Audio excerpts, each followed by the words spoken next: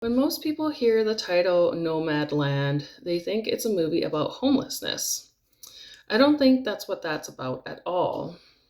I think it's about one of the hardest questions any of us will ever face.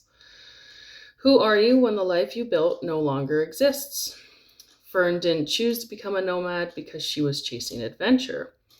She became a nomad because life changed in ways she never expected.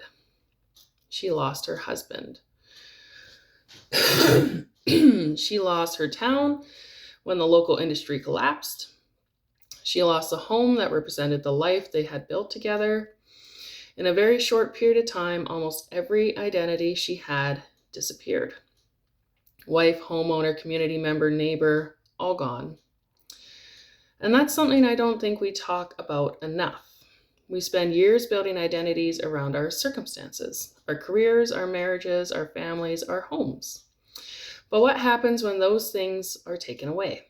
Not because you failed, not because you made poor decisions, but simply because life happened. Society has a script for success. Find a partner, build a career, buy a home, retire, grow old, but life rarely follows a script. People lose spouses, they lose jobs, they experience illness, divorce, economic hardship, and dreams change. Sometimes the life you planned quietly slips away and you're asking a question you never imagined you'd have to answer. Who am I now? What's the real journey of Nomadland? It's not about escaping society, it's about rebuilding an identity after loss. One of the things I love most about this film is how it challenges our assumptions about people who live differently. Fern isn't portrayed as someone who has given up on life.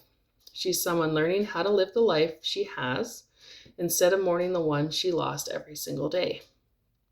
And there's a difference. Throughout the film, she meets other nomads, people who have experienced grief, financial hardship, divorce, widowhood, retirement, illness. And from the outside, society often sees them as people who have fallen behind. But when you listen to their stories, you realize something else. Many of them have discovered a different kind of freedom. Not freedom from pain, but freedom from constant pressure to prove their lives look successful. One of the most beautiful parts of Nomadland is that these people create community without following traditional models of family. They share meals, stories, advice. They help one another when vehicles break down or health fails. Then they continue down the road. It's a reminder that belonging doesn't always come from blood, marriage, or permanent address. Sometimes it comes from people who simply understand your journey. I think that's why this film resonates so deeply with people whose lives haven't gone according to plan.